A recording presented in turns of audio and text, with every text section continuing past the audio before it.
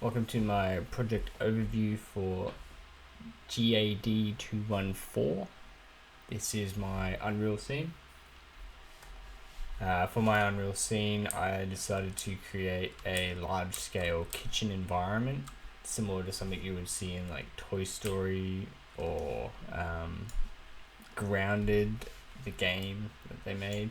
So for this, I have created all of my assets to a real world scale, and then I've scaled everything up about 10 times, and I've imported into the engine. For the scene, I have put together the kitchen, the walls, and other various assets, and have supplemented the rest with free and really cheap assets that I could find on the Fab Marketplace to help with some environmental storytelling. As far as creating the assets went, I first did a rough block out to get the rough shape and idea of what I was sort of thinking, and then I went into Blender and I did a similar thing where I created rudimentary shapes that didn't have the countertop and didn't have the cabinet doors, and it was just the sizing, and then I would bring that into Unreal and position that within the space with all the relevant assets such as the top drawers, the walls, and the fridge. And then by positioning everything where it needed to go and keeping consistent naming convention, I then was able to use an iterative pipeline. So whenever I would make changes and updated anything to my models and re-imported, it would then automatically update and change it within engine, and I didn't have to reposition everything. As far as the materials go, for my cabinets, I created this material myself. I just created a matte sort of look to it, picked a color I liked, and then made it matte sort of finish. And then for the rest of the stuff, such as the walls, the floors, the fridge, and everything else, I just used materials off of Fab. As far as the lighting goes, I positioned a light in the center of the kitchen to light majority of the space and cast shadows for the cabinets. And then with my little facade I've put here, I've positioned a rect light just inside the door that would push light through the door, suggesting that it's the sun lighting the rest of the space.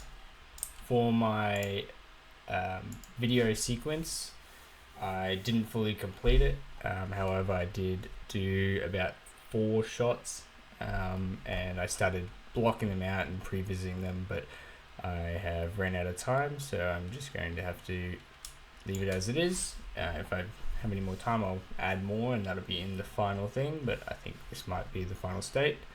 So for this, I set all of my relevant actors into my sequencer. I then keyframed everything in the way that I wanted to, for my vision. So to start off with, I had a long shot of the camera panning in, and then I had a reveal of the spider because my intention was to have a spider chasing a shrunken down human through the kitchen space. So my second shot was revealing the spider, and then I wanted to have a dynamic shot of the human traveling down one of the props I'd positioned in the environment. And then I set up a little arrangement of props in the middle of the kitchen where the actor was going to run up them and climb onto the kitchen bench top, interacting with the environment and how I've laid it out. So I'll just quickly show you that just really quickly. Let's run through it. So it just pans in, checking out the whole kitchen, showing it off, and therefore zooming into our character who had some basic animations to start off with, but with the rest it's no longer animated, it's just blocked out.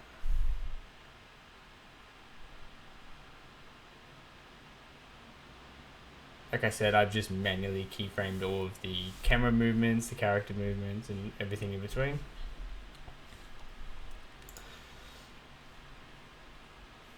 As far as problems go for my project, I didn't really face too many issues with getting the whole thing set up and getting assets imported and positioning everything how it needed to be. The only main issue I had was due to the large scale. For all of my assets, I had to alter the bound scale for all of my assets and bump it up to something around 20 plus, because when they were down at a 1, whenever they would move out of the sight line to a certain point, the assets would disappear. And so when I was trying to position my cameras where they needed to go, a lot of the time my assets were disappearing completely. So to counteract this, I just changed everything to around about 20, and now I'm not having any issues with it disappearing. I'm assuming this is definitely going to increase the performance because everything is loading at all times, but it was a requirement to get my scene to work correctly. And as I mentioned with my sequence, like my cinematic sequence, I've run out of time. So realistically, I thought I had a few more days to add to this, but I've realized that it's due on the Friday rather than the Sunday, so I'm just submitting it as is. But if I was to change anything else, I definitely wanted to add more to the environment to help sell it. Like I've gone through and added utensils and pots and pans and burners and sinks and various food items and things within the shot, but I was definitely planning on being a lot more cluttered and a lot more messy, so then I could have my character running through the scene to help show the scale of the environment a lot better, because in the shots I did do, it definitely represents the scale to a degree, but I felt like if I had more chase scenes or more scenes where they were within the space, it would have helped represent the scale a lot better, because when you're just looking at it from here, you cannot really tell that it's a lot larger than it is. Some specific environmental and visual storytelling techniques.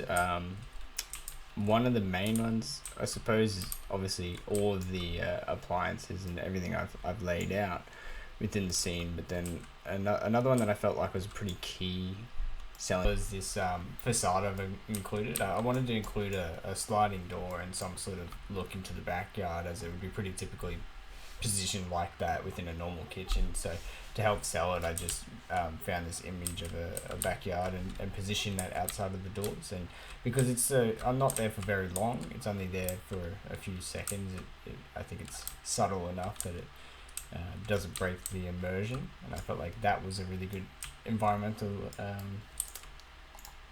technique.